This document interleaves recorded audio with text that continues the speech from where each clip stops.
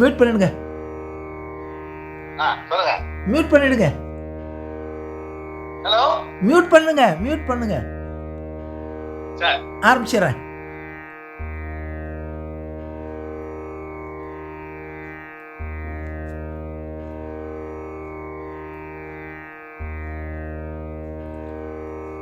ஹரே ராம ராம ராம ஹரே ஹரே, ஹரே கிருஷ்ண கிருஷ்ண கிருஷ்ண ஹரே ஹரே. ரகுபதி ராகவ ராஜா ராம், பதித பாவன சீதாராம். ரகுபதி ராகவ ராஜா ராம், பதித பாவன சீதாராம். ரகுபதி ராகவ ராஜா ராம், பதித பாவன सीताराम. ईश्वर अल्लाह तेरे नाम, सबको सन्मति दे भगवान. ईश्वर अल्लाह तेरे नाम, सबको सन्मति दे भगवान. राम राम जय राजा राम, राम राम जय सीताराम. रघुपति राघव राजा राम, पतित पावन சீதாராம். எல்லோருக்கும் அடியேனுடைய நமஸ்காரங்கள். போன வாரம் ஜெயதேவருடைய சரித்திரத்தை பார்த்தோம். மிக உருக்கமான சரித்திரம். தன்னுடைய கைகளை கால்களை இழந்த நேரத்திலையும்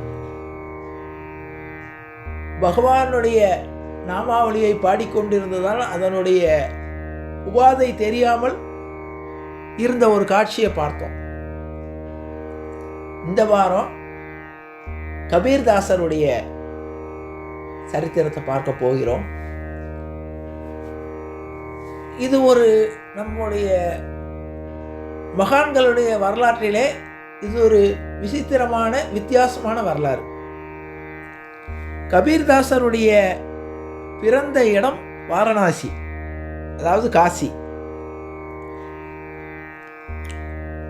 அவருடைய தகப்பனார் தமால். கபீர்தாசர் ஒரு முஸ்லீமால் வளர்க்கப்பட்டவர். அவருடைய தந்தை பெயர் தமால், தாயார் பேர் ஜீஜா பேவி.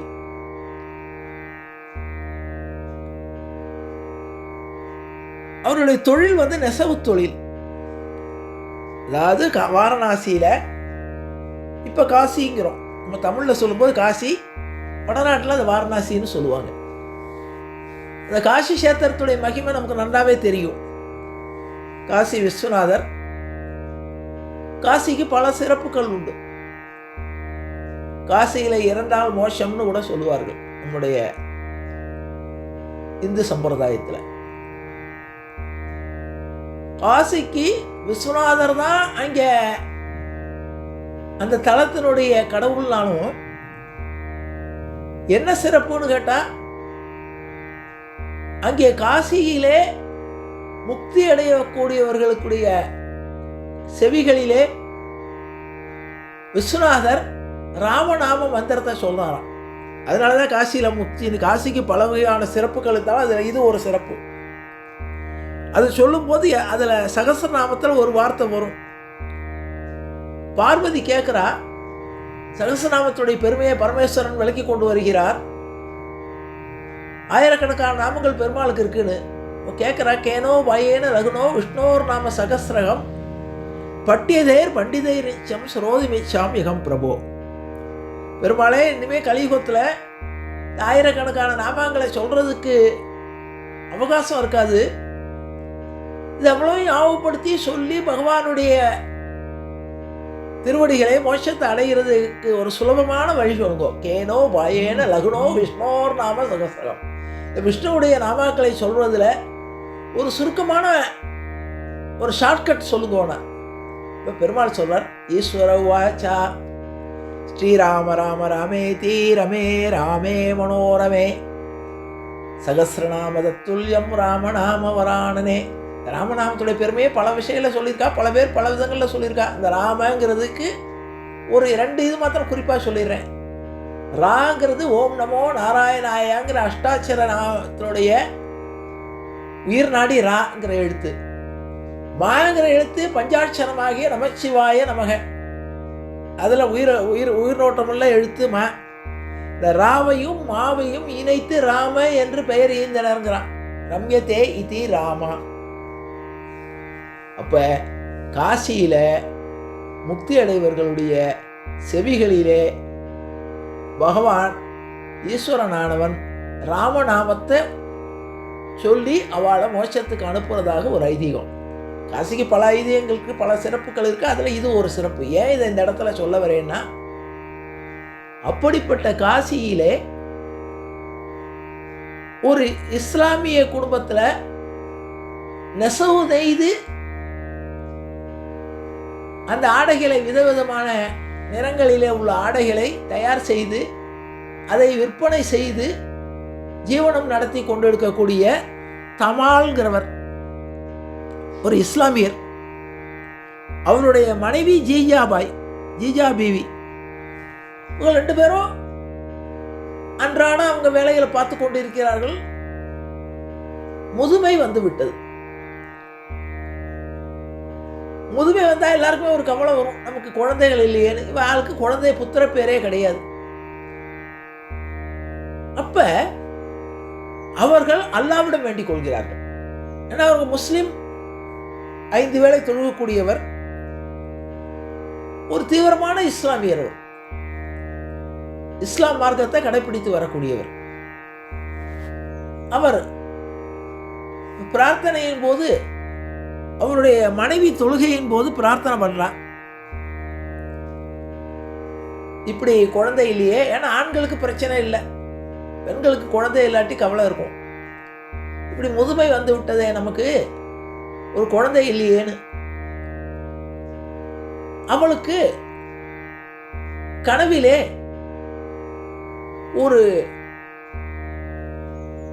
ஒரு காட்சி தெரிகிறது. அது யாருன்னு தெரியல. ஏன்னா அவங்கள பொறுத்தவரை உருவம் இல்லாதவன் தான் இறைவன். ஆனால் அவருடைய கனவுல உனக்கு குழந்தை உண்டாகும், உனக்கு ஒரு குழந்தைக்கு பேர் கிடைக்கும், உனக்கு ஒரு குழந்தை கிடைக்கும், அது இந்த உலகத்துக்கு வழிகாட்டுற மாதிரி இருக்கும் என்று ஒரு அசரீரியாக மனதுக்குள்ள ஒழிக்கிறது. இதை காலை எழுந்தவுடன் தன்னுடைய கணவன்கிட்ட தமால்கிட்ட சொல்றா, ஜீஜா பிபி,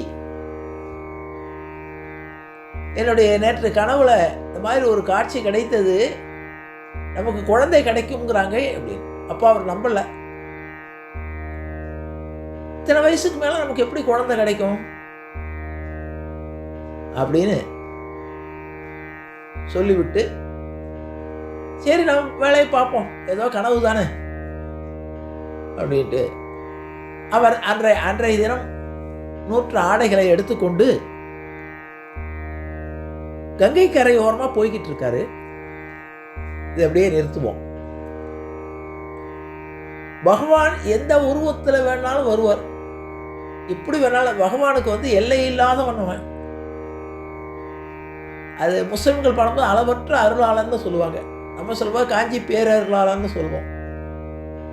இறைவனுடைய கருணைக்கோ இறைவனுடைய லீலைகளுக்கோ எந்த வகையான அளவும் கிடையாது. அதான் கம்பன் ஆரம்பிக்கும் போது ஆரம்பிச்சான், உலகம் யாவையும் தாமுல வாக்களும் நிலை பெறுத்தலும் நீங்களா அழகிலா விளையாட்டுடையானவன்னா. அவருடைய விளையாட்டுக்கு அளவே கிடையாது. நம்முடைய கற்பனைக்கு எட்டாத, கற்பனை பண்ண முடியாத விஷயங்கள் அவர் செஞ்சு காட்டுவார். அதனாலதான் நமக்கு அது பேரு, நமக்கு அதில் ஒரு சந்தேகமே உண்டாயிடும். இது நடந்ததா, இது உண்மையா, பகவான் தானா, இது நடந்ததான்னு நமக்கு சந்தேகத்தை உண்டு பண்ணிவிடுவார். அது மாதிரி ஒரு அஞ்ஞானத்தை உண்டு பண்ணிவிடுவார். அதான் இறைவனுடைய இது. ஏன்னா நம்முடைய சக்திக்கும் அறிவுக்கும் ஆற்றலுக்கும் மிஞ்சின விஷயங்கள் பெருமாள் பண்ணுவார். அதான் அவருக்கு பேர் லீலைன்னு பேர். சைவத்தில் சொல்லும்போது திருவிளையாடல்னு சொல்லுவாங்க,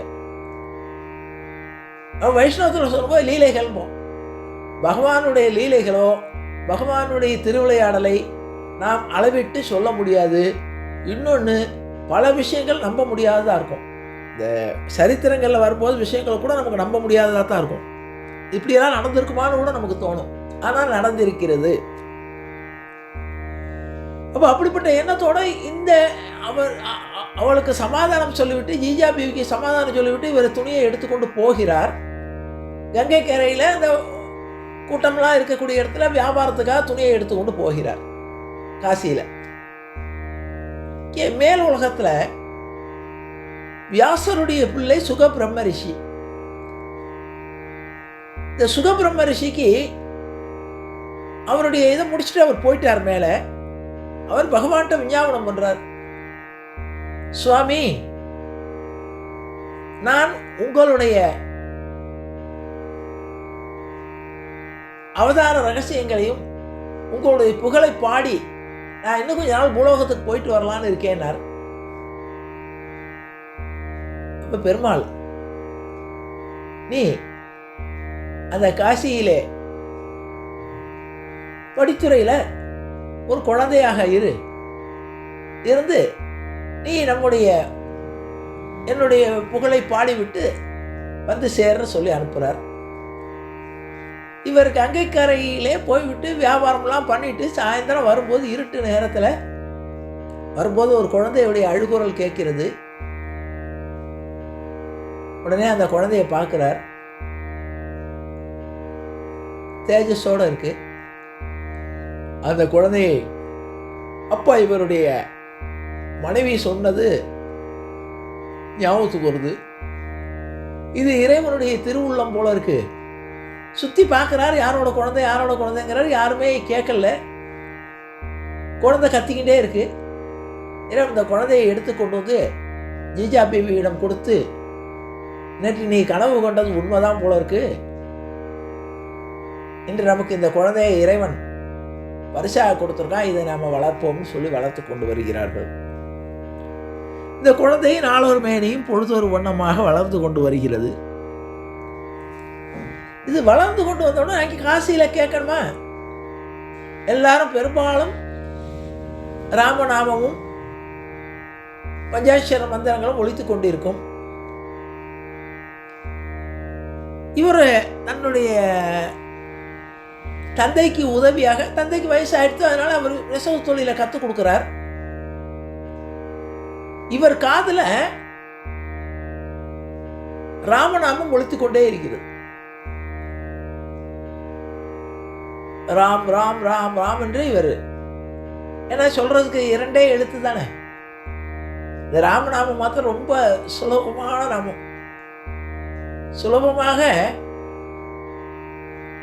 அதான் கம்பன் சொல்லும்போது சொல்லுவான், ஏற்கனவே சொல்லியிருக்கேன், நன்மையும் செல்வமும் நாளும் நல்குமே, திண்மையும் பாவமும் செய்து தேயுமே, ஜன்மமும் மரணமும் இன்றி தீருமே, இம்மையே ராம என்று 2 எழுத்தினார். கஷ்டப்படாம ஒரு முணுமுணுக்கக்கூடிய நாமம் ராமநாமம்.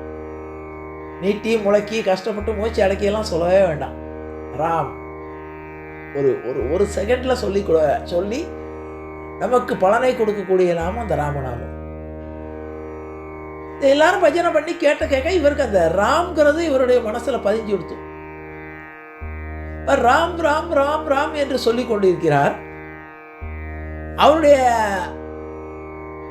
தாயார் தகப்பனார் ரஹீம் ரஹீம் ரஹீம்ங்கிறார். இவர் காதல் அவர் ரஹீம்னு சொன்னா கூட இவர் காதல ராம்னு கேட்கறது. அதனால இவருடைய ஒரு கொள்கை என்ன ஆயிடுச்சுன்னு கேட்டா, ராமும் ரஹீமும் ஒன்றே. அவருடைய பாடல்களை அதை பார்க்கலாம். ராம் என்பவரும் ரஹீம் என்பவரும் ஒன்றே. இப்படி அவருக்கு பதிவாகிவிட்டது. இவர் ராமநாமத்தை உச்சரித்து கொண்டே அந்த பாவு நெய்வது இதெல்லாம் பண்றார். இவர் பழனி கொண்டு கொடுக்கும்போது இவருக்கு அந்த ராமநாமத்தில் மோகித்து இவர் தறி அடிக்கிறது தெரியும். 2 கைகளையும் 2 பக்கமும் தறி குறுக்கவும் நெருக்கையும் ஓடும். ஓடினா தான் நூல் உண்டாகும். இவர் அடிக்கும்போது ராமநாமத்தில் மோகித்து தறி அடிக்கிறத நிறுத்திடுறார். அதுலேயே மோகித்து நின்றுறார். இவருடைய தாய் திட்டுவா, என்ன தறி அடிக்கும் போதே தூங்கிடுறியே அப்படின்னு. ஆனா எழுப்பிட்டு போவார். இவர் மறுபடியும் அந்த யோகத்தில் போயிடுவார். ஆனால் கொஞ்ச நேரம் கழிச்சு வந்து பார்த்தா அழகழகான ஆடைகள் நெய்திருக்கும். இந்த தாய்க்கு ஆச்சரியம், நம்ம பார்க்கும் போதெல்லாம் இவன் தூங்கிட்டு இருக்கான், ஆனா இவ்வளவு சுறுசுறுப்பாக இத்தனை ஆடைகள் நெய்து விட்டானே, அவ்வளவு. அதாவது ஒரு நாளைக்கு ஒரு தறினா ஒரு ஒரு ஒரு ஆடை தான் நெய்ய முடியும். ஆனால் பல வகையான வண்ணங்கள்ல பல வகையான அழகு மேலில செய்திருக்காருன்னு ரொம்ப ஆச்சரியமா இருக்கும். இப்படியே வளர்ந்து கொண்டு வருகிறார். ஒரு நாள் இவர் நெய்து ஆடையை எடுத்து, ஆனால் குடும்பம் கஷ்டமான குடும்பம் தான். அன்னன்னைக்கு நெய்து அதை கொண்டு வியாபாரம் பண்ணா தான் அடுத்த நாள் சாப்பாடு. சாதாரணமான குடும்பம்.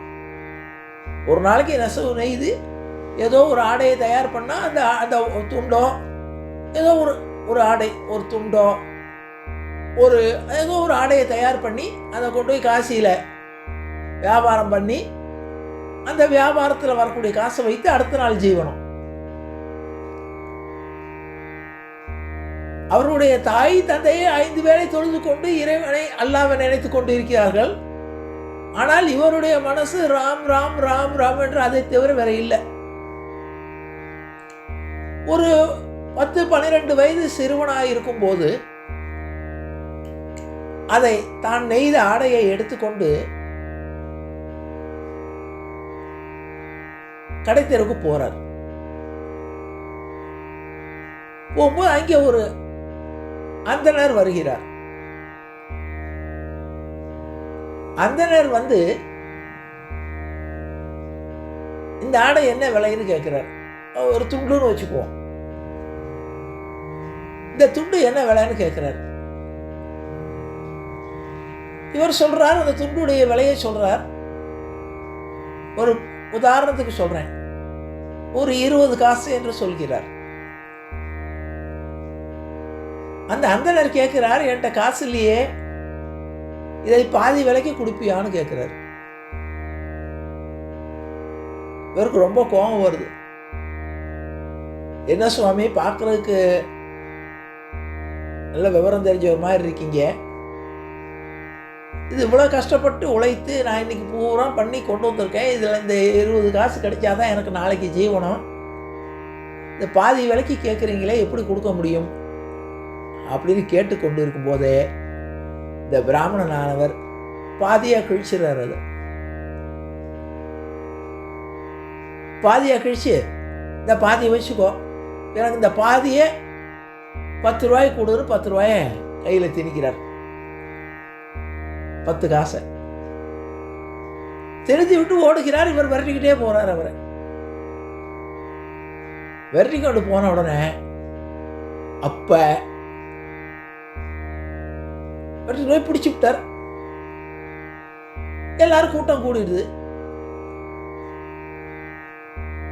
அப்ப எல்லா ஜனங்கள்லாம் கூடிடுறாங்க. என்ன நடந்தது சொல்றார்.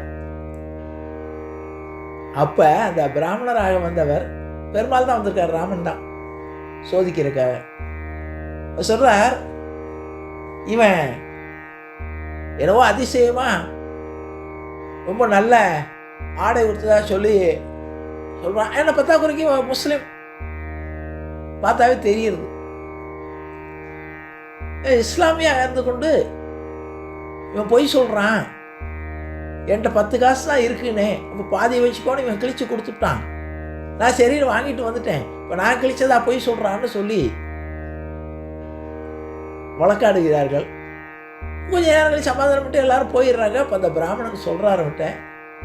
இப்போ பிராமணன்ட்ட இவர் அழுகிறார். என்ன சாமி இப்படி பண்ணிட்டீங்களே, இந்த 10 காசை வைத்துக்கொண்டு நான் வீட்டுக்கு போனால் எப்படி நான் ஜீவனம் பண்ணுறது, பாக்கி இருக்கிற பாதியை நான் இனிமேல் விற்க முடியுமா அப்படிங்கிறப்ப இந்த பிராமணனாக வந்த பெருமாள் அவனுக்கு உபதேசம் பண்றார். எதுக்கு காசு காசுன்னு அலைகிற? ராமநாமத்தை விட ருசி உண்டா? தியாகராஜர் சொல்லுவா, எந்த ருச்சித்தே ராமா ஏமி ருச்சித்தேன்னு. இந்த ராமநாமத்தை இப்படி பெருமையை சொல்றார். சொல்லிவிட்டு, நீ ஒரு நல்ல குருவை அடைந்து ராமநாமத்தினுடைய தீட்சையை வாங்கிட்டேனா உனக்கு எல்லாமே கிடைச்சுமே. இந்த இதை பார்க்க வேண்டியதில் அவன் பார்த்துக்குவான். நன்மையும் செல்வமும் நாளும் நல்குமே, திண்மையும் பாவமும் சிதைந்து தேயுமே, ஜென்மமும் மரணமும் இன்றி தீருமே, இம்மையே ராமவென்றே எழுத்தினாள். ஏற்கனவே காதுக்குள்ள ராமநாம ரீங்காரம் பண்ணிட்டு இருக்கு. இவர் ராமநாமத்துல மோகிச்சுட்டு இருக்கார். ஆனா அதுக்கு அவர் என்ன சொல்றாருன்னா, அந்த பிராமணனா வந்தவர், நீ ஒரு சரியான ஆச்சாரியனை தேர்ந்தெடுத்து கொண்டு தீட்சை வாங்கினால் இது பலன் கொடுக்கும். அதாவது செல்ஃப் குக்கிங் மாதிரி இருக்கக்கூடாது. நீ யார் நினைச்சதை சமைக்கக்கூடாது புஸ்தகத்தை பார்த்து. அதுக்கு ஒருத்தர் வழிகாட்டி இருந்தால் உனக்கு அது குறைவில்லாமல் நிறைவேறும்னு சொல்றார். இது இவர் மனசுல தோன்றுகிறது. அந்த ஊர்ல ராமானந்தர்னு ஒருத்தர் சிஷ்யர்களோட மடம் அமைத்து சரி பச்சனை பண்ணி கொண்டிருக்கிறார். இவர் அந்த ராமானந்தருடைய மடத்துல போய் மடத்தில் உள்ள சிஷ்யர்கள்ட்ட சொல்றார், நான் ராமானந்தரிடம் உபதேசம் பெற்றுக்கொள்ளலான்னு வந்திருக்கேன்னார், தீட்சை வாங்கிக்கலான்னு. அந்த காலத்துல சுலபமாக ஒருத்தரை சிஷ்யன் ஆக்கி கொள்ள மாட்டார்கள். அந்த காலத்துல குருவை தேர்ந்தெடுப்பதும் கஷ்டம், சிஷ்யனை தேர்ந்தெடுப்பதும் கஷ்டம். பல பரீட்சைகளுக்கு உட்பட்டுத்தான் ஒருத்தனை சிஷ்யன் ஆக்கிக்கிறார்கள். அதே மாதிரி ஒருத்தரை குருவாக ஏற்றுக்கொள்வதற்கு முன்னால் இவருக்கும் பல சோதனைகள் இருக்கும். ஏற்கனவே ராமானுஜருடைய கதையில் படித்தோம். யாதவ பிரகாசர்கிட்ட படித்து கருத்து மாறுபாடுகள் உண்டாகி ராமானுஜரை கொல்லக்கூடிய அளவுக்கு கூட போனதை படித்தோம். அப்போ என்ன ஆகும்னா, குருவுக்கு அடிபணிந்து அவர் சொல்வதை அப்படியே அங்கீகரித்து கொண்டு போனால்தான் கற்கக்கூடியது பலன் கொடுக்கும். அவருடைய கருத்துக்கு மாறுபட்டு பேசிக்கொண்டு தான் எந்த ஒரு பலனும் கிடைக்காது. அதனால குரு சிஷ்யன்கிறவர்கள் ஒருவனை சிஷ்யன் ஆக்கி கொள்ளணும்னா வந்தவங்கெல்லாம் ஏற்றுக்க மாட்டாங்க. ஏற்கனவே மகாபாரதத்தில் பார்த்தோம். ஏகலைவன்னு அவன் போய் துரோணர்கிட்ட போய் கேட்பான், நான் உங்கள்கிட்ட சிஷ்யன் ஆறேன்னு. அவர் சொல்வார், நீயோ ஒரு வேடுவ தொழில் பண்ணுறவன்,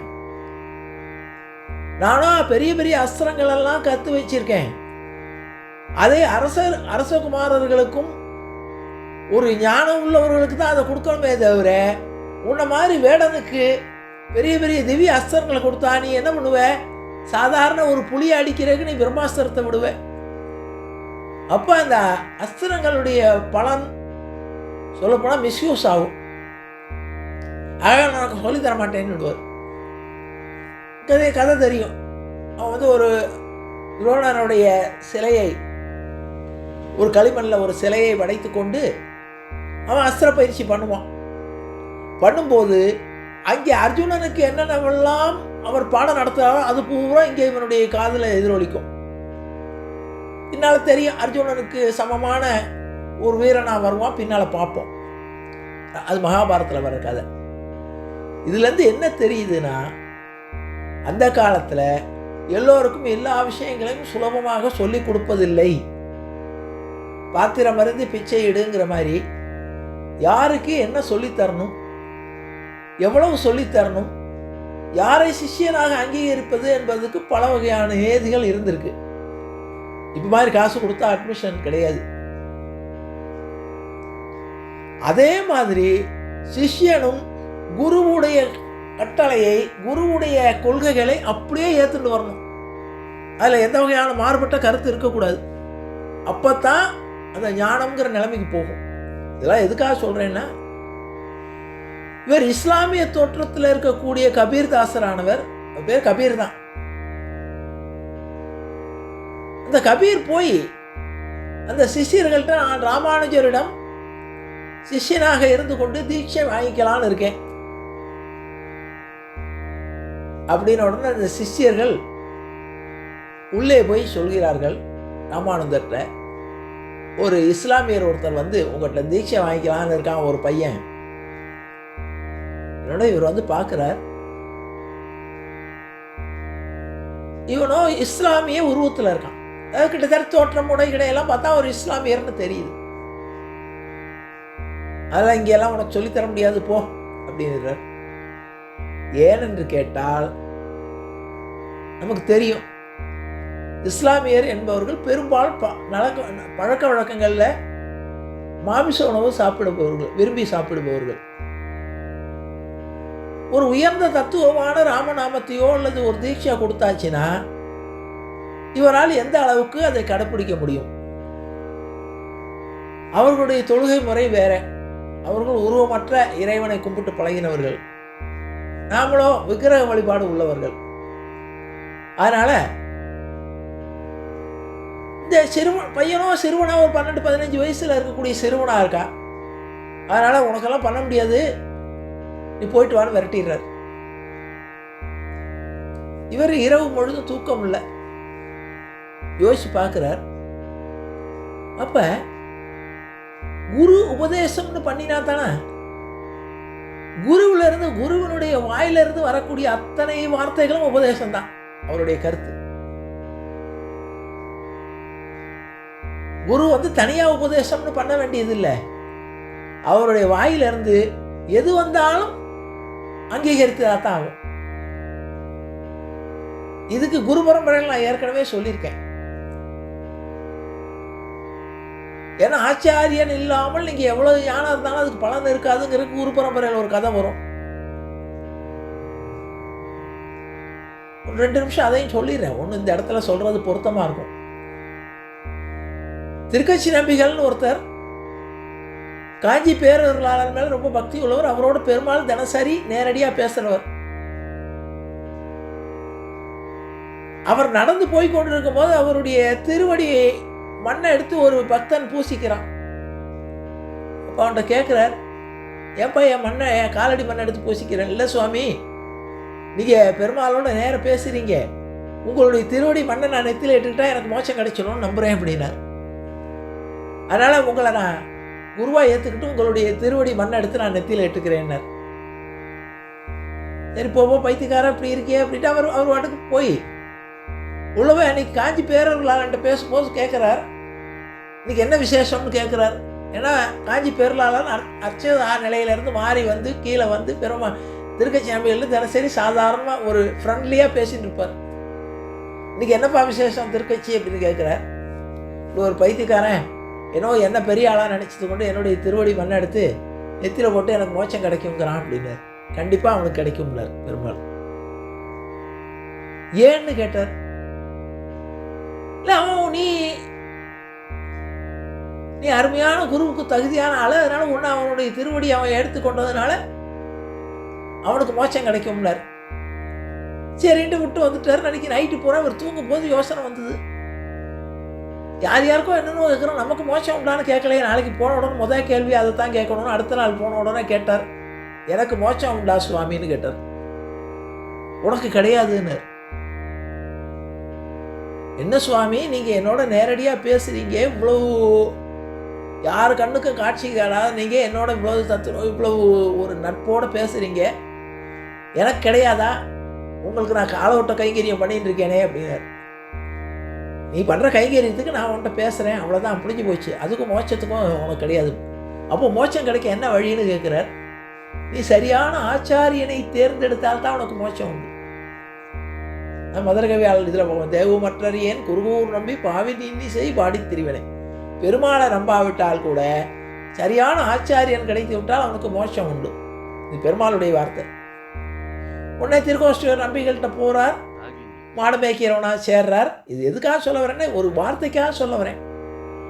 மாடு மேய்க்கிறவனாக சேர்ந்து கொண்டு வேலை பார்க்கிறார். ஒரு நாள் மழையில்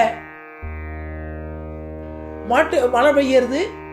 எங்கே அந்த மாடு மேய்க்கிறவனை காணுமேன்னு போட்டால் மாட்டு கொட்டு இல்லை, இவர் ஒரு மாட்டு மேலே படுத்துன்னு இருக்கார். ஏன் படுத்துன்னு இருக்கேன்னு கேட்டால், என்னுடைய சுவாமி நீங்கள் இந்த மாட்டு கொட்டை ஒழுகிறது, இந்த தண்ணி மாட்டு மேலே பட்டு மாட்டுக்கு ஏதாவது சீதம் வந்ததுன்னா அது கொடுக்கக்கூடிய பாலை சாப்பிடக்கூடிய தேவரியருக்கு நோவு உண்டாகுமே, அதுக்காகத்தான் மாட்டு மேலே தண்ணீர் விடக்கூடாது, நான் விழுந்து மூடிட்டு இருக்கேன். அப்போ உடனே அவனை கட்டி அணைத்து கொண்டு, அப்பா உனக்கு என் மேலே எவ்வளோ பிரியம், பகவானுக்கு இருக்கக்கூடிய ஒரு காருண்யம் உனக்கு என் மேலே இருக்கே அப்படின்னு கூப்பிட்டு தன்னுடைய மனைவி கூப்பிட்டு, இந்த பயலை பாரு எவ்வளோ பிரியமாக இருக்கான் அப்படின்னார். உடனே அப்போ காலில் விழுந்து சேவிச்சார். சுவாமி, இந்த பயலன்னு என்னை உரிமையோடு கூப்பிட்டீங்களே, இதையே நீங்கள் தீட்சை கொடுத்ததா நான் எடுத்துக்கட்டுமா, என்னை நீங்கள் உங்கள் சிஷியனாக ஏற்றுக்குவீங்களான்னு கேட்டார். அவர் சொன்னார், அதனால என்னப்பா, உனக்கு என் மீது பரிவும் ஒரு சாதாரண ஒரு மிருகத்து மேலே அதுக்கு இது பண்ணக்கூடிய கூடாதுங்கிற ஒரு எண்ணமும் இருக்கிறதுனால உன்ன மாதிரி ஆளை என்னை சிஷ்யனாக ஏற்றுக்கிறதுல என்ன, இதை விட என்ன தகுதி வேணும், நீ என்னுடைய சிஷ்யன்தான் அப்படின்னா. உடனே அப்போ காலில் விழுந்து, ரொம்ப சந்தோஷம் சுவாமி, அடியேன் திருக்கட்சி நம்பிகள்னு சொன்னாராம். உடனே இவர் அவரை கையெடுத்து வணங்கினாமா. ஏன்னா தினசரி பெருமாளோட பேசுகிறவர், இவருடைய இதெல்லாம் தெரியும். சுவாமி, நீங்கள் எப்படி என்கிட்ட இப்படி வேலைக்காரனா மாட்டு மேய்க்கிறவனா வந்தீங்கன்னா, பெருமாளுடைய திருவுள்ளம் ஆச்சாரியன் இல்லாமல் எந்த ஒரு மந்திரமோ எதுவுமே பலித்தமாகாது. அதனால் பெருமாளுடைய உத்தரவு பிரகாரம் நான் உங்களை என்னுடைய ஆச்சாரியன். உடனே அவர் ஆளவந்தாரை கூட்டின்னு போகிறார். ஆளவந்தாருடைய சிஷியனாக்குனாருங்கிற அளவோட குரு பரம்பரையில் வரும். ஏன்னா ஒரு ஒற்றுமைக்காக சொல்கிறேன். அப்போ கபீருடைய எண்ணத்தில் என்ன தோணுறதுன்னா, ஆச்சாரியன் மந்திரம் சொல்லி தீட்சை கொடுத்து வாங்கணுங்கிறது இல்லை. ஆச்சாரியனுடைய ஒவ்வொரு வாக்குமே வேத வாக்கு. எப்படியாவது அவருடைய வாயிலிருந்து என்னை நோக்கி ஏதாவது ஒரு வார்த்தை வந்ததுன்னா போகிறோம், அதையே நான் மந்திரமாக எடுத்துக்குவேன், தீட்சையாக எடுத்துக்குவேன்னு நினச்சி கொண்டு அவர் மடத்தில் சேர்த்து பணிவிட பண்ணி நான் சிஷ்யன் ஆகணுங்கிற அவசியம் இல்லைன்னு நினைத்தவர் இரவு பூரா இதே சிந்தனையில் எப்படி அவருடைய வாயினால ஏதாவது என்னை நோக்கி ஒரு வார்த்தை வரணும், அது என்ன வார்த்தையாக இருந்தாலும் சரி. நான் சொன்னேன்ல, அவர் நம்ம மாட்டுக்கார பயலை பாரு அப்படின்னு, அந்த பயலேங்கிற வார்த்தை அன்பினுடைய மிகுதின்னு எடுத்துட்டு அவர் சிஷ்யனை அங்கீகரித்தார். அதுக்காக சொல்ல வந்தேன். இப்போ இவர் தன்னுடைய எப்படியாவது இவருடைய அனுகிரகத்தை பெறணும், அவருடைய திருவடி தீட்சை பெறணும்னு பார்த்தார். காலம்பரம் ஒரு 4-5 மணிக்கு அவர் காசியில் கங்கையில் நீராட வருவார். அந்த இருட்டில் இவர் போய் அவருடைய வரக்கூடிய உள்ளே போய் குளிக்க போயிட்டார். அவர் வரக்கூடிய வழியில் அந்த படித்துறையில் தன்னுடைய ஆடையெல்லாம் கழட்டி விட்டு வெறும் உடம்போட படுத்துட்டுறார். இந்த இருட்டில் அடையாளம் தெரியாமல் ஏறின அந்த ராமானந்தர் படி என்று நினைத்து கொண்டு இவருடைய முதுகுல காலை வச்சுட்டு அடுத்த படிக்கு தாவிடுறார். அந்த படியில தாவின உடனே அந்த படி இவர் கால் பட்ட உடனே இவருக்கு ஏதோ ஒன்று, இவருக்கு அந்த இருட்டில் தெரியல, யாரும் மனுஷாலா என்னன்னு தெரியல, என்ன எது மேலே பட்டோன்னு தெரியல. இன்னொன்று காசியில் தெரியும், பணத்தை எல்லாம் அப்படியே போட்டு போயிடுவாங்க, அது புடமா என்னன்னு கூட தெரியல அவருக்கு அந்த இருட்டில். உடனே அந்த காலத்தில் பெரியவர்கள் எதுக்கு எடுத்தாலும் ராமா கிருஷ்ணா இந்த பெருமாளுடைய நாம சொல்றது வழக்கமா இல்லையா, அவர் கால் பட்டோன்னா ராம் அப்படின்னாராம். அதையே தேசியா எடுத்துக்கொண்டார். அப்போ நான் மனமாற ஏற்றுக்கொண்ட ராமானந்த ராயிலிருந்து ராம்ங்கிற மந்திரத்தை எனக்கு தீட்சையாக கொடுத்துட்டாருன்னு அதையே தீட்சையாக எடுத்துக்கொண்டு ராம் ராம் ராம் ராம் என்று தீட்சையாக எடுத்துக்கொண்டு பண்ண ஆரம்பிச்சார். இதுல இந்த போகும்போது இந்த பிராமணனா வந்தார்ல, ஒரு சும்மா இருக்கக்கூடாது, ஒரு வார்த்தை சொல்லிட்டு போயிட்டார். நீ ஆச்சாரியனை தேர்ந்தெடுத்துக்கொள்னு சொன்னதோட இன்னொன்று சொன்னார். என்ன 10 காசு 20 காசுல 10 காசு எடுத்தேனே என்கிட்ட இவ்வளவு தானே சண்டை போடுறியே, நீ தினசரி சம்பாதிக்கிறது என்ன பண்ற, வீட்டில் கொண்டு போய் கொடுக்குற, சாப்பிட்ற, உன்னுடைய ஜீவனத்தை பார்த்துக்கொள்ள. இதையே பார்த்து கொண்டு இருந்தால் உனக்கு எப்படி முக்தி கிடைக்கும்? தர்மம் பண்ண வேண்டாமா? இதுல இந்த இடத்துல ஒரு குறிப்பை சொல்றேன். இந்து தர்மத்துல, இந்து மதத்துல தர்மம்ங்கிறது ஒரு ஆப்ஷனாக தான் வச்சிருக்கான். தர்மம் பண்ணியே ஆகணுங்கிறது கட்டாயம் கிடையாது. இஸ்லாத்துல தர்மம் கண்டிப்பு. அதாவது உன்னுடைய வருமானத்தில் 1/5 தர்மத்துக்கு செலவிட வேண்டும்னு கண்டிப்பாக உண்டு, கட்டாயம் உண்டு. நீ எவ்வளோ சம்பாதிச்சாலும் சரி 1/5 தர்மத்துக்கு செய்யணும். அது இவருக்கு இஸ்லாம் மதத்தில் ஏற்கனவே இருக்கு. ஆனால் இவரா எங்கேருந்து தர்மம் பண்ணுறது? தினசரி அன்னன்னைக்கு ஜீவனமே அவருக்கு ஏதோ ஒரு ஆடையை தைச்சா அதில் கிடைக்கிற ரூபாயை வைத்துக்கொண்டு அவர் பண்ணார். இந்த தர்ம உபதேசத்தை பண்ணார் அந்த பிராமணன். இது இவருடைய மனசுல ரொம்ப தாக்கத்தை ஏற்படுத்தினோட அந்த 10 காசையும் தர்மம் பண்ணிட்டு போயிட்டார்.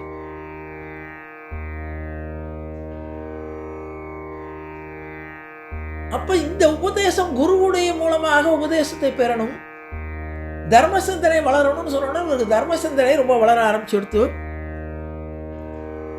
மறுபடியும் இவர் அந்த மடத்தையே சுற்றி கொண்டிருக்காங்க. இங்கே ராமநாமம் ஒழித்து கொண்டிருக்கிறார். அதை காதில் கேட்கறது, இவரும் ராமநாமத்தை சொல்லி இப்படி வந்து கொண்டிருக்கிறார். அது அவர்களுடைய தாய் தந்தையர்கிட்ட எல்லாரும் முஸ்லிம்கள்லாம் போய் சொல்றாங்க. அப்பொழுது அவர்களுடைய பக்ரீத் பண்டிகை வருகிறது. பக்ரீத் பண்டிகை வந்த உடனே தெரியும், அங்கே பக்ரீத் என்பது பலி கொடுக்கக்கூடிய பண்டிகை. பசுமாட்டையோ ஆடையோ பலி கொடுத்து இறைவனுக்கு அர்ப்பணித்து அதை எல்லாரும் விருந்தாக சாப்பிடுவாங்க. அவங்க அதை இவர் எதிர்க்கிறார். பசுவதை பண்ணக்கூடாது. உடனே எல்லாரும் அவர்களை, இவனை முஸ்லிம் மதத்துக்கு எதிரானவன், இவனுக்கு ஒரு காஃபிர், ராம் என்று எதுக்கெடுத்தாலும் ராமா என்கிறான், ராமும் ரஹீமும் ஒன்று என்று பாடிக்கொண்டு போறான். இவர் பாடுறது பூரா, இவருடைய பஜனை பாடல்கள் பூரா ராம் ரஹீம் ஒன்று தான். அதாங்க, அதைத்தான் மகாத்மா காந்தி ஈஸ்வர அல்லா தேரே நாம் சபுக்கோ சன்மதி தே பகவான் தான் மகாத்மா காந்தி. ஏன்னா இப்போ இந்து முஸ்லிம் சண்டையில் இருந்ததுனால அவர் சொன்னார், ஈஸ்வரன் அல்லா தேரே நாம் சபுக்கோ சன்மதி தே பகவான் அப்படின்னு சொல்லி அவர் பாடினார். இவர் இந்த கபீர் அதை சொன்ன உடனே அவருடைய முஸ்லிம்கள், அவருடைய இஸ்லாமிய சொந்தங்கள் எல்லாம் அவரை எதிர்த்தது. இப்படி இருக்குமா? ஆனால் ஒழுக்கமானவராக இருந்தார். சொல்ல போனால் மாமிசம் சாப்பிடுவதில்லை, அசிங்கமான வார்த்தைகள் பேசுவதில்லை, அன்னன்னைக்கு ஜீவனம். அப்ப அவருக்கு பெண் கொடுக்கணும்னு சொல்லி அவர்களுடைய உறவினர்கள் ஒருத்தர் சுந்தரான்னு பேரு, சுந்தரா பிவின்னு, அந்த பெண்ணை கொடுக்கலாம் என்று வந்தபோது அப்போ கொண்டாங்க. இவனுக்கு அந்த இஸ்லாமிய மதத்தில் சுன்னத்துன்னு செய்யணும். சுன்னத்து செய்தால் தான் ஒரு இஸ்லாம், எப்படி பிராமணர்கள் எப்படி பூணல் போட்டதுக்கு அப்புறம் தான் அவருக்கு ஒரு அங்கீகாரம் கிடைக்குதோ, அதே மாதிரி ஒரு குறிப்பிட்ட வயதில் அவர்களுக்கு சுன்னத்து என்ற இஸ்லாமிய சடங்கை செய்தால் தான் அவங்க கல்யாணமே பண்ணுவாங்க.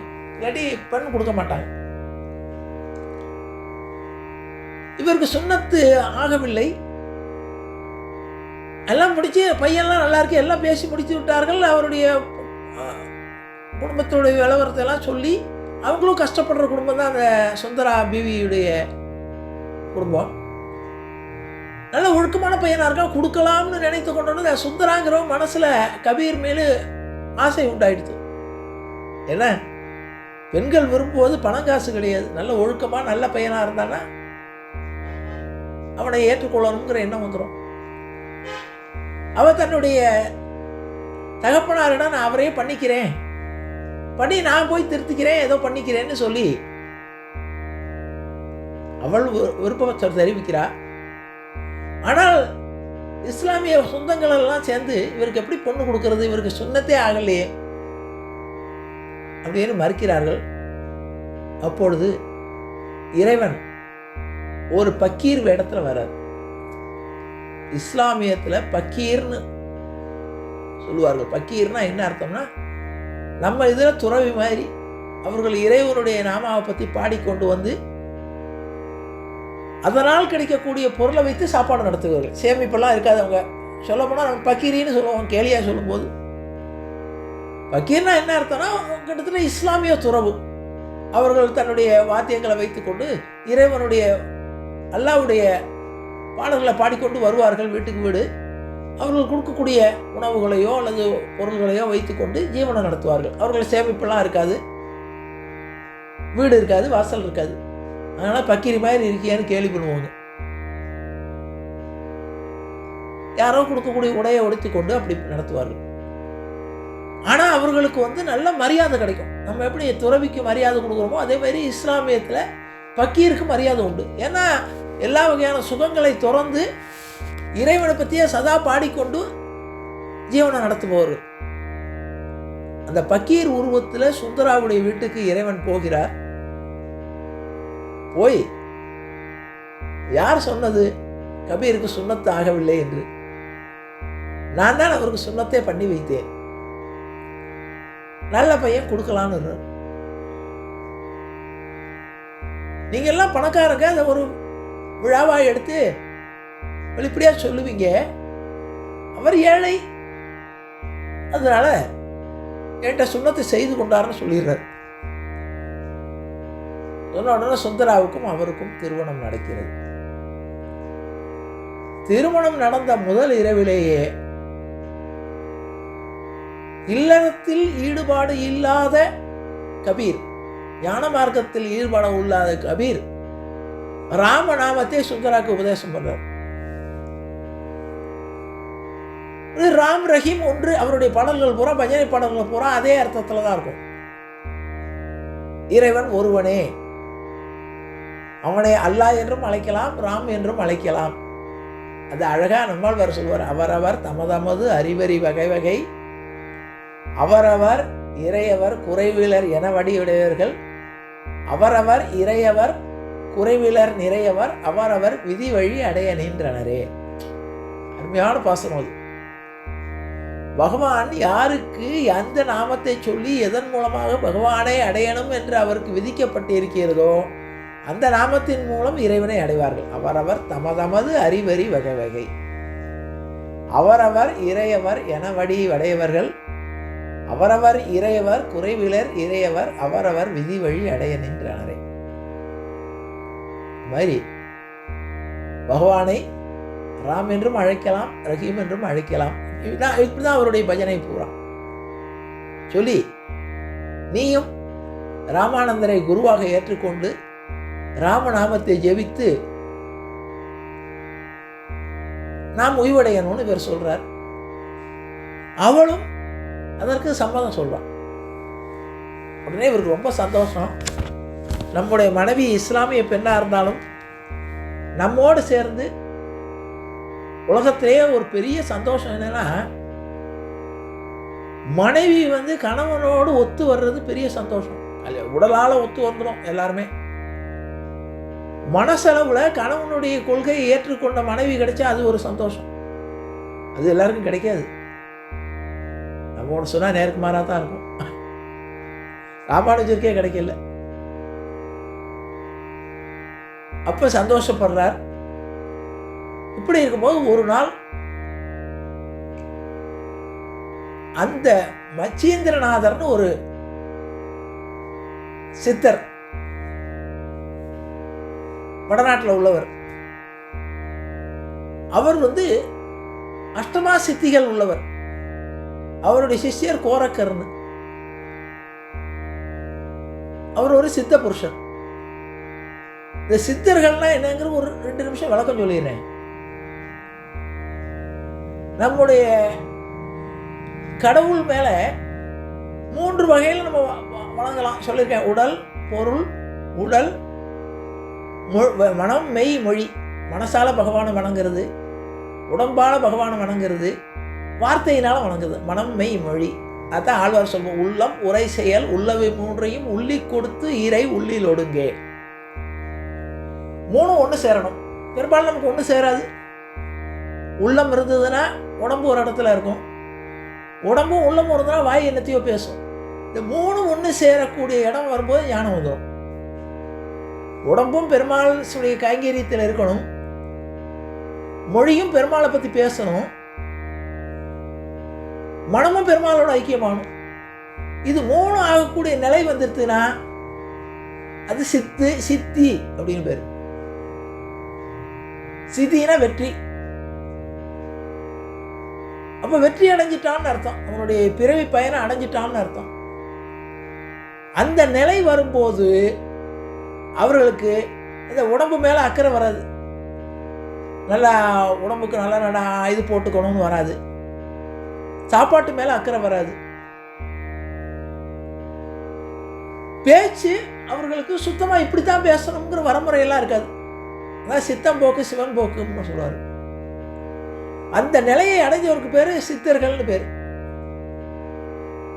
அவர்கள் சித்தி அடைந்து விட்டார்கள் அர்த்தம். எதை வேணாலும் சாப்பிடுவாங்க, தட்டு போட்டு சாப்பிட மாட்டாங்க, கையில சாப்பிடுவாங்க. அந்த நிலை அடையும் போது அவர்களுக்கு ஒவ்வொரு பக்குவமா வரும்போது ஒவ்வொரு வகையான சித்திகள் கிடைக்கும் அவங்களுக்கு. அதாவது இந்த உடலை அவங்களுடைய கண்ட்ரோலில் இல்லாமல் போயிடும். அப்போ என்ன ஆகும்னா அவர்களுக்கு ஒவ்வொரு சித்தியாக வரும். அதில் சொல்லும்போது அஷ்டமா சித்திம்பாங்க. அஷ்டமா சித்தினா 8 வகையான சித்திகள். நீர் மேலே நடப்பாங்க, நெருப்புக்குள்ளே இருப்பாங்க, பூமிக்குள்ளே புதைந்து இருப்பார்கள் மூச்சு அடக்கிக்கிட்டு. அப்படி ஒவ்வொரு வகையான சித்திகள் அடைந்தவார்கள். அதில் அஷ்டமா சித்தின்னு பேர். அப்புறம் கூடு விட்டு கூடு பாய்ந்து விடுவார்கள். வேற ஒரு இந்த ஆத்மாவையே இன்னொரு உடம்புக்குள்ள பாய்ந்து அவர்கள் கூடு விட்டு கூடு பாய்வார்கள். இது மாதிரிலாம் இருந்திருக்கிறார்கள். அதுக்கு பேர் அஷ்டமா சித்தின்னு. ஒவ்வொரு வகையான சித்தி உண்டு, ஒவ்வொருத்தருக்கும் ஒவ்வொரு உண்டு. இந்த சித்திகளை ஏற்றுக்கொள்ளாத ஞானிகளும் உண்டு. இதெல்லாம் வேஸ்ட்டு, இது மேஜிக். இந்த ராமகிருஷ்ண பரமஹம்சர்லாம் அந்த கொள்கையில் உள்ளவர் தான். அவருக்கு சித்தி வந்துருத்தோம், ஆனால் அதை செயல்படுத்தக்கூடாதுன்னு பாரு. அப்படி இருந்த நேரத்தில் இந்த கோரக்கர்னு ஒருத்தர், அவங்களுடைய சிஷ்யர். இந்த கோரக்கர் என்ன பண்ணாருன்னு கேட்டா, கோரக்கர் அங்கே போய் ராமானந்தரிடம் அவர் ஒரு மடத்தை வைத்துக் கொண்டிருக்கிறார். ஆனால் அவர் ராமானந்தர் ஞானி, சித்தர் வேற ஞானி வேற. இவர் இந்த உடல் இந்த இதுக்கெல்லாம் சித்தத்துக்கெல்லாம் போவே இல்லை. அவர்கிட்ட நீ என்னோட வாக்குவாதம் பண்ணவான்னு வரார். வந்த உடனே சீடர்கள்லாம் பயந்து ஓடுகிறார்கள். ராமானந்தர்கிட்ட போய், சுவாமி கோரக்கர் வந்திருக்கார், அவர் கொடுமையான சித்தர்மெல்லாம் உள்ளவர், என்னோட போட்டிக்கு வான்னு கூப்பிடுறாருன்னு. ராமானந்தர் தயங்கி கொண்டிருந்த பொழுது கபீர்தாசர் இதுதான் சந்தர்ப்பம், நம்ம ராமானந்தருடைய அபிமானத்தை பெறலான்னு போறார். போய் ராமானந்தருடைய காலில் விழறார். சுவாமி நான் அவரோட வாதம் பண்றேன்னு. இப்போ ராமானந்தருக்கு இது என்னப்பா, நீயோ சின்ன பையன், இப்போதான் கல்யாணம் ஆகியிருக்கு, ஒரு நாள் எப்படி நீ முடியும்? ஏன்னா அவருடைய பேச்சை கேட்காம நான் போகிறேன், என்னுடைய குரு. அப்போ சொல்லி கோரக்கர்கிட்ட வாதம் பண்ணுறார். என்னுடைய குரு உங்கள்கிட்ட வர வேண்டியதில்லை, நான் வரேன்னு. கோரக்கர் ஏற்கனவே சொல்லியிருக்கேன், அஷ்டமா சித்தி உள்ளவர் இவர். ராமானந்தருடைய உருவத்தில் இவரோட சண்டைக்கு வர்றார். இவர் உடனே ராமருடைய உருவத்தை எடுத்துக்கிறார். அப்புறம் தான் கொண்டு வந்த ஒரு நூல்கண்டு தான் கொண்டு வந்திருக்கார். நூல்கண்டை வைத்து கொண்டு அவரோட சண்டை போட வந்த கையில் நூல்கண்டை எடுத்துன்னு வந்து, அப்போ தறி தேக்கிய நூல்கண்டை கொண்டு வந்திருக்கார். இந்த நூல்கண்டை வீசி எரிஞ்சார் மேலே ராம்னு சொல்லி. அந்த நூலை பிடித்து கொண்டு ஆகாயத்தில் போயிட்டார். யாரு? கபீர். மேலே உட்காந்து இப்போது என்னோட வாதிட வானர். இவரும் மேலே அஷ்டமா சித்தினால வேற ஆகாயத்தில் பறந்து இவரும் உட்கார்ந்து கொண்டு அவரோட வாதம் பண்ணுறாரு. இவருக்கு ராமநாமத்தை தவிர வேற ஒன்றும் கிடையாது. இப்படி மாற்றி மாற்றி ஒவ்வொரு வகையான சித்து வேலைகளை அவர் செய்ய இவருக்கு இந்த ராமநாமத்துடைய பலன் இவருக்கு எல்லா சித்தும் கை கூடுது. உடனே கோரக்கர் இவரிடம் தோல்வியை ஒத்துக்கொண்டு பாராட்டி விட்டு போய்விடுகிறார். ராமானந்தருக்கு ரொம்ப ஆச்சரியம். இப்பொழுது ஒரு நாள் இறைவன் இவருக்கு அருள் பண்ணணும்னு முடிவு பண்ணிட்டான். இவருக்கு ஒரு குழந்தை கமால்னு பிறக்கிறது. கமால்னு அதுக்கு பேர் வைக்கிறார். குழந்தையெல்லாம் பிறந்தாச்சு. கொஞ்ச நாள் ஆயிடுத்து. இவருக்கும் ஓரளவு வயசாகி விட்டது. ஒரு நாள் இவர் தன்னுடைய ஆடையை எடுத்துக்கொண்டு இவரும் ராமநாமாவும் ராமனும் அவருடைய பஜனை பாடல்கள் ராமனை மையப்படுத்திய பாடல்கள் பாடிக்கொண்டு காசியினுடைய தெருக்களில் வியாபாரம் பண்ணி கொண்டிருக்க. அப்பொழுது ஒரு பக்கீர் எதிர்த்தாப்புல வரார். பக்கீர் எதிர்த்தாப்புல இது அவருடைய தாயார் தகப்பனாருக்கு இவர் மேல கொஞ்சம் கோபமாக கூட, என்ன நம்முடைய மதத்தில் பிறந்து விட்டு ராம் ராம்னு சொல்லி கொண்டு இருக்கிறானேன்னு திருத்தவும் முடியல. ஒரு நாள் இவர் வியாபாரத்துக்காக போகும்போது இறைவன் பக்கீர் வடிவத்தில் வரான். இதே மாதிரி தான் ஏற்கனவே பண்ணது மாதிரி இவருடைய ஒரு துணியை பிடித்து கொண்டு பாதியாக கிழித்து விட்டு 10 ரூபாய் கொடுத்துட்டு நான் போகிறேன்னு ஓடுறார். இவருக்கு ரொம்ப ஆச்சரியம். ஏற்கனவே ஒரு பிராமணன் வேற பாதியை கிழிச்சு கொடுத்துட்டான், அதையும் தானம் பண்ணிட்டேன், வீட்டில் அடி வாங்கினேன், இப்போ என்ன பண்ணுறதுன்னா இவர் கிடுக்கிடுன்னு ஓடி போய் வீட்டுக்கு போயிட்டார். கபீருடைய வீட்டுக்கு போய் வீட்டுக்கு போன உடனே இவருக்கு பயம். இவரை விரட்டிட்டு போன உடனே ஏன்னா நம்ம வீட்டுக்கு போகிறாரே இந்த பக்கீர், இது போய் நம்ம வீட்டில் போய் நம்ம அம்மாட்ட ஏதாவது கோழி சொல்லி, ஏற்கனவே அவருடைய தாயும் தந்தையும் ராமான்னு சொன்னால் நிறைய அடிச்சு அடி வாங்கியிருக்காரு நிறைய. அப்படின்னு பயந்து கொண்டு இவர் என்ன பண்ணுறாருன்னா பக்கத்தில் ஒரு பால் அடைஞ்ச வீடு ஒன்று இருக்குது, அதுக்குள்ளே போய் ஒழிஞ்சின்றார். இந்த பக்கீராக போய் நேர ஜீஜா பீபிட்ட போய், அம்மா உன் பிள்ளை இப்படி வேற மார்க்கத்தில் போய் என்னென்னவோ பண்ணிக்கிட்டு இருக்கான், கடவுளை ரெண்டும் ராமனும் ரஹீமும் ஒன்றுன்னு சொல்கிறான், துணியை விற்ற காசை ஒழுங்காக கொடுக்கல, பாரு ஒரு துணியை பாதியாக 10 ரூபாய்க்கு கேட்டேன், 10 ரூபாய்க்கு பாதி வச்சுக்கோன்னு என்கிட்ட கிழிச்சு கொடுத்துட்டான் பாதியை. இதனோட கம்பு எடுத்துன்னு அடிக்கிறதுக்கு போகிறான். எங்கே இருக்கான்னா அப்போ இவர் சொல்கிறார், நீ முன்பக்கமாக போ, நான் பின்பக்கமாக போடிடாமல் பின்பக்கமாக நான் போய் பிடிச்சிக்கிறேன், வந்தான்னா பிடிச்சி நாளை சாத்தி திருத்தணும் அப்படின்னோடனே கம்பு எடுத்துட்டு போகிறா. போன உடனே இவர் அம்மா அந்த வாசல் நுழைய உடனே அம்மா கொல்லப்பக்கம் வரமுறை கொல்லப்பக்கம் இவர் இந்த பக்கீர் பிடிச்சி கட்டி பிடிச்சிடுறாரு. இவர் அம்மாக்காரி இந்த ஜீஜா பிவி தன்னுடைய கையில் இருக்கிற பிறப்புனால ஓங்கி முதுகில் அடித்தாலாம். அடித்த உடனே அது எல்லாருக்கும் வலிச்சுதான். எல்லாருக்கும் முதுகில் அடித்தது மாதிரி ஜீஜா பிவி உள்பட. இவர் அடித்த உடனே ராம்னுட்டார். அந்த அடி இவருக்கு விழுகிறது. உடனே தாய்க்கு அம்மா இவனை அடித்தா எனக்கு வலிக்கிறதே அப்படின்னு சொல்லிக்கொண்டு அந்த பக்கீர்கிட்ட சொல்கிறா, என்ன மந்திரம் பண்ணான்னு தெரியல, இவன் ராம்னு என்னத்தையோ சொல்லிக்கிட்டு இருக்கான், இப்படி வலிக்கிறதே எனக்கு. அம்மா உனக்கு மாத்திரம் இல்லை எனக்கும் பாரு அந்த முதுகில் வலி இருக்குன்னு சொல்லி இவர் முதுகு காமிச்சார். இவர் முதுகில் அந்த தழும்பு இருந்தது, எப்படி பிட்டுக்கு மண் சுமந்து பிரம்படிப்பட்டது மாதிரி. உடனே உடனே காட்சி கொடுக்குறார் ராமராக. உடனே ஜீஜா பிவி, ஆஹா யாருக்கும் கிடைக்காத காட்சி எனக்கு கிடைத்ததே என்று பாராட்டுகிறார். பின்னால் கமால் என்ற குழந்தையை ராமநாமத்தை சொல்லி வளர்க்கிறார். அங்கே உள்ளவர்களெல்லாம் கமாலை ஏலம் செய்கிறார்கள். அப்பொழுது ஒரு பெரிய செல்வந்தர், அவருக்கு தீராத வயிற்று வலி வருகிறது. அதை இவருடைய பிள்ளையாகிய கமால் என்பவர் ராமநாமத்தை சொல்லி தீர்த்து வைக்கிறார். அது மாதிரி அவருடைய சரித்திரம் நிறைய கதைகள் உண்டு. அதெல்லாம் சொன்னால் சில விஷயங்கள் நமக்கு நம்பிக்கை கூட வராது. அந்த அளவுக்கு பகவான் அவரோடு லீலைகள் புரிந்து கடைசியாக அவருக்கு காட்சி கொடுத்து, நீ என் மீது அருமையான பாடல்களை பாடி உரிய நேரத்தில் என்னிடம் சேர்வாய் என்று சொல்லி ஆசீர்வாதம் பண்ணார். அவருடைய தாயார் தகப்பனார் எல்லாருமே ஆச்சரியப்படுகிறார்கள். ஏன்னா அவங்க உருவம் இல்லாத இறைவனை வழிபட்டு பழகினவங்க. இவர் பக்கீருடைய உருவத்தில் வந்து ராமனாக காட்சி கொடுத்தார்.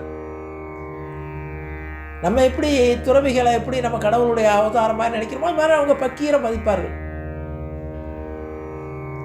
அந்த உருவத்தில் ராமன் வந்த உடனே இவருக்கு ரொம்ப ஆச்சரியம்.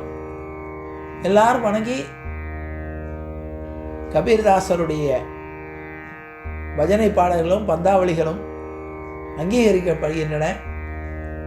இன்றும் கபீர்தாசருடைய அத்தனை பாடல்களும் அங்கு நம்முடைய பஜனைகளிலும், ஏன்னா அதெல்லாம் ஒரு ஆத்மார்த்தமாக பாடின பாடல்கள், இவையெல்லாம் அங்கீகரிக்கப்பட்டு இன்றும் பாடி வருகின்றன என்ற வகையிலே இன்றைய தினம் கபீர்தாசருடைய சரித்திரத்தை நாம் கேட்டோம். இறைவனுக்கு பக்திதானே தவிர மதமோ ஜாதியோ அல்லது வெளி உருவ தோற்றங்களோ பகவானுக்கு பொருட்டு கிடையாது.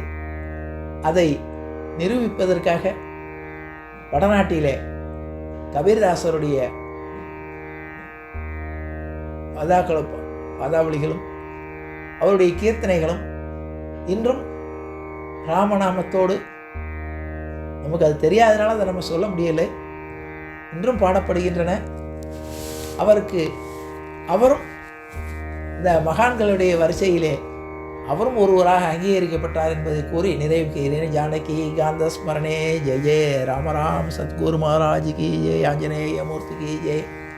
அறியாத பிள்ளைகளோ அன்பினால் உந்தன்னை சிறுவேரழைத்தனம் சீறி அருளாத இறைவா நீதாராய் பறையிலோரம் பாவாய்.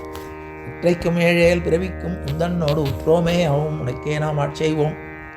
மற்ற நம் காமங்கள் மாற்றியலோ ரெம்பாவாய். செங்கன் திருமுகத்து செல்வத் திருமாலால் எங்கும் திருவருள் பெற்று இன்புருவ ரெம்பாவாய். ஹரே ராம ராம ராம ஹரே ஹரே, ஹரே கிருஷ்ண கிருஷ்ண கிருஷ்ண ஹரே ஹரே. கோவிந்த நாம சங்கீர்த்தனம் கோவிந்தா ஹரி கோவிந்தா.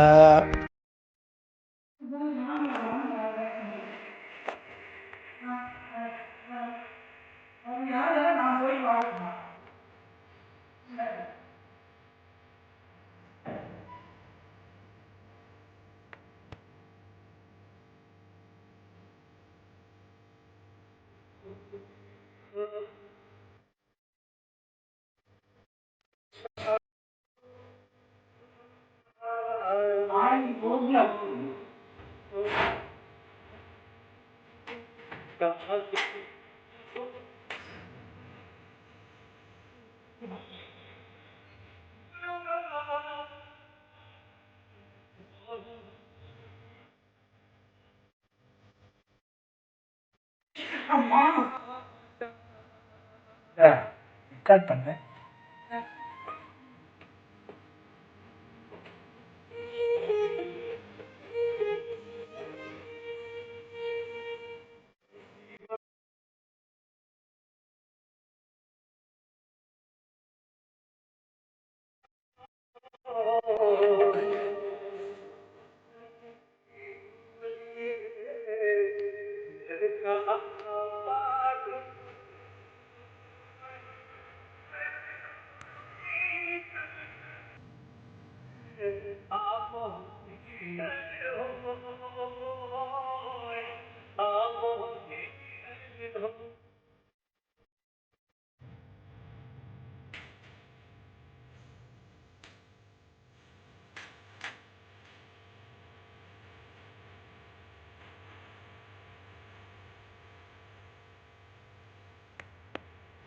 बड़ा हुआ तो क्या हुआ, जैसे पेड़ खजूर।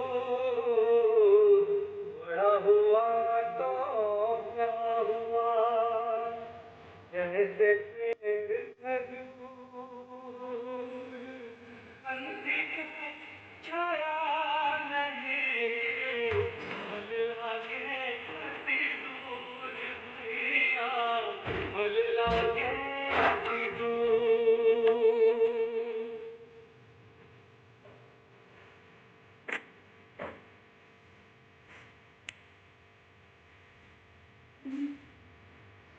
निंदक दिया रे रंग दिए, आंगन की छाया बिंदगले आंगन की बिन पानी साफ नहीं निर्मल करे सुमन तेरा निर्मल करे